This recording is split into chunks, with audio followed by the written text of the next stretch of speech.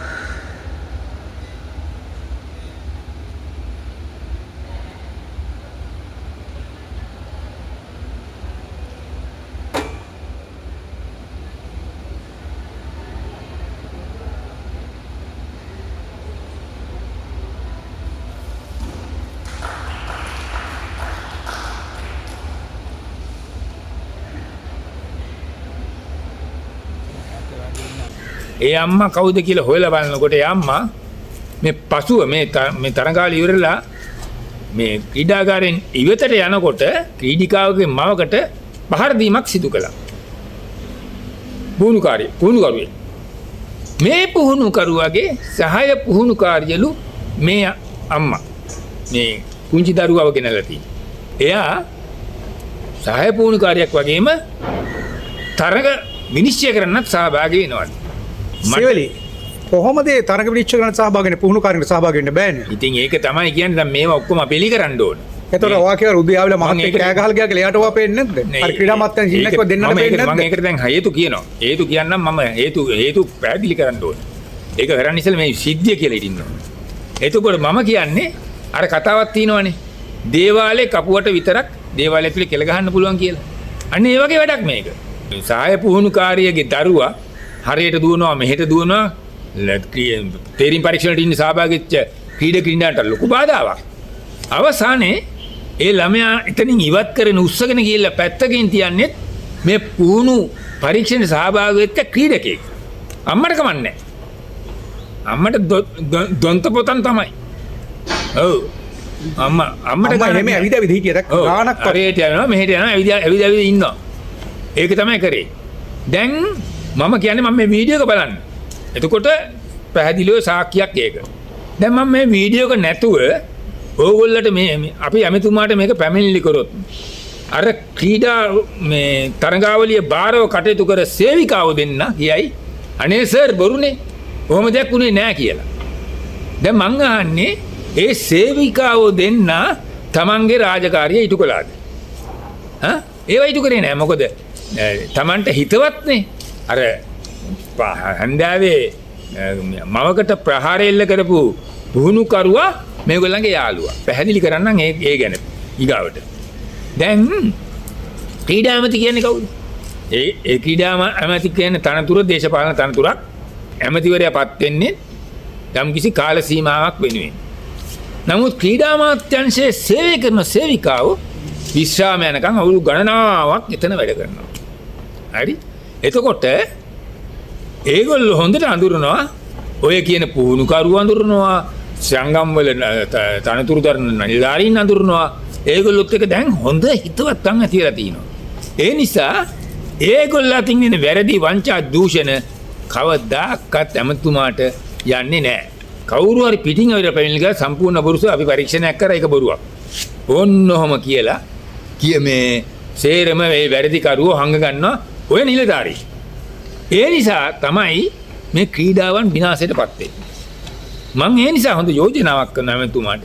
හරි. ඒගොල්ලෝ කියන දේවල් හරි ඒගොල්ලෝ දෙන වාර්තා හරි අරගෙන නිකන් ඉන්න එපා. මාධ්‍යෙන් කියන දේවල් ගන්න. ඊගාවට දෙමව්පියන් අසාධාරණයට ලක්වෙච්ච ක්‍රීඩක ක්‍රීඩිකාවන් කරන පැමිණිලි බාර ගන්න. අරගෙන පරීක්ෂණයක් කරන්න. මෙතන උනේම අර නිලධාරීන් ක්‍රීඩා අමාත්‍යාංශ නිලධාරීන් කියන දේ ඒගොල්ලෝ තීරණය කරනවා මෙයා වැරදි අරයා වැරදි කියලා අන්තිමට ක්‍රීඩාවට කෙලවෙලා යනවා. මේක තමයි උනේ. දැන් මේ සේවිකාවන් දෙන්නත් මේ වීඩියෝ එක නැත්තම් අනේ සර් එහෙම දුන්නු දෙයක් උනේ නැහැ කියලා කියන්නේ නැද්ද? ඒ නිසා ඔය සේවිකාව ගැනත් මට කියන්න පුළුවන්. අදට මම ඒවා කියන්නේ නැහැ. ඉතින් අන්තිමට මොකද උනේ? හැන්දෑවේ තරඟාවලිය ඉවර වෙලා පරීක්ෂණය ඉවර වෙලා කට්ටිය ඔක්කොම පිට වෙලා යනකොට අර චණ්ඩිපාට් දැම්ම පුහුණු කරුවා අර මවකට පහර දුන්නා. බෙල්ලෙන් අල්ලලා. බෙල්ලේ තුවාල තියනවා, චේන් එක කඩලා ගියා. මේ ඔක්කොම සිදු වුණා. දැන් ඒකත් එහෙම දෙයක් සිදුුනේ නැති ගානට කට උතර දෙන්න අර සේවිකාව දෙන්නත් පොලිසියට යනවා. මොකද යාළුවානේ. පුහුණුකරු චණ්ඩි පුහුණුකරුවා යාළුවා. ඉතින් පොලිසියට යනවා. හරි? එහෙම ගිහිල්ලා මොන කට උතරක් දීලා ආවා. ඉතින් ඇමතුමා මේ වගේ සේවිකාවන්ගෙන් ඔබතුමාට නිවැරදි චිත්‍රය ලැබෙන්නේ නැහැ කියන එක තමයි මම මේ කියන්නේ. අර අම්මා දවස් 3ක් විතර රෝහල් ගත වුණා. රෝහල් ගත වෙලා හිටියා නේවාසිකව ප්‍රතිකාර ගත්තා. ඊට පස්සේ 13 වෙනිදා දෙපාර්ශ්වයම කැඳවලා පරීක්ෂණයක් කළා. පරීක්ෂණයේ අවසානයේදී කොහෙද පරීක්ෂණ කරේ? කුරුඳුවත්ත පොලිසියේ පරීක්ෂණය කළා. කුරුඳුවත්ත පොලිසියෙන් අන්තිමට පරීක්ෂණය ඉවරලා අර චණ්ඩි පුහුණු කරුවව කූඩුවට දැම්මා. හරි? පැය ගාණක් කූඩුවේ කැපලා තමයි එළියට ආවේ. එළියට ගන්නත් හිටපු සභාපති කෙනෙක්ලු හරිද? පාර්ලිමේන්තුවේ හිටපු മന്ത്രി කෙනෙක්ලු ඇවිල්ලා හරි චෝදනාගාරයට ගිහිල්ලා ඇප දීලා තමයි එළියට ගත්තේ. හැබැයි ඉතින් එහෙම ඇප අරගෙන ක්‍රීඩා අමාත්‍යාංශයේ පැත්තට යන්නේ නැති කිසි දෙයක් උනේ නැති ගන්න. ඒවත් අපි ඒක එලි කරන්න එපයි. දැන් හැබැයි අප දෙන තැනට අර කීව නිලධාරීන් දෙන්නත් ඇවිල්ලා hina වෙවි. ඔව් අර අප දෙන තැනට ආවා අර මට අමාත්‍යාංශයේ සේවිකාව දෙන්න. සීවලේ කවුද කියනවා ඕනනම් අපත් අස්සම් කරන්න පුළුවන් අපිට ඕන නම් කියලා. අපත් අස්සම් කරන්න පුළුවන්. මේගොල්ලෝ තමයි මේ වංචාවට දූෂණයට සම්පූර්ණයෙන්ම උදව් කරන සේවිකාව. ඒක මම පැහැදිලිව කියනවා. ඒක නිසා ඔන්න ඔය වගේ සිද්ධියක් වුණා. දැන් ඒක එතනින් සමත මණ්ඩලයටපත් යවලා තිනවා. සමත මණ්ඩලයෙන් උසාවියට යන්න පුළුවන්. මේ හැබැයි දැන් කෙනෙක් ඇයි ඒ අම්මට මේ පහර දීමක් සිදු වුණේ කියලා. ඒකට තියෙන කරුණු තවත් වීඩියෝකින් මම කරන්න. නමුත් කෙටියෙන් කියනවා නම් මේ පුහුණුකරු බරපතල වංචා වගේක් කරලා තිනවා. මේ පුහුණුකරු තමයි අර ඒ පහර කෑමට ලක් වූ මවගේ දුවගේ කලින් පුහුණුකරු. හරි බරපතල වංචා වගේක් කරලා තිනවා. ඒ ගැන පැමිණිලි වගේක් තිනවා. විභාගයක් පැවැත්වෙනවා, පරීක්ෂණයක් පැවැත්වෙනවා ක්‍රීඩා අමාත්‍යාංශය. මේකේ කට උත්තර දෙන්න ඉන්න කෙනෙක් තමයි අර පාර කෑමට ලකුණු මව. හරි පරීක්ෂණයේදී තොරතුරු සපයන්න ඉන්න මවක්. ඒ මවට තමයි පාර දුන්නේ. ඒක තමයි මෙතන උනේ. ඊගාවට ඕනනම් මම කියන්නම් මොනවද වංචාවල් මොනවද සිද්ධ කරලා තියෙන්නේ වැරදි වැඩ මොනවද කියන එක මම කියන්නම්.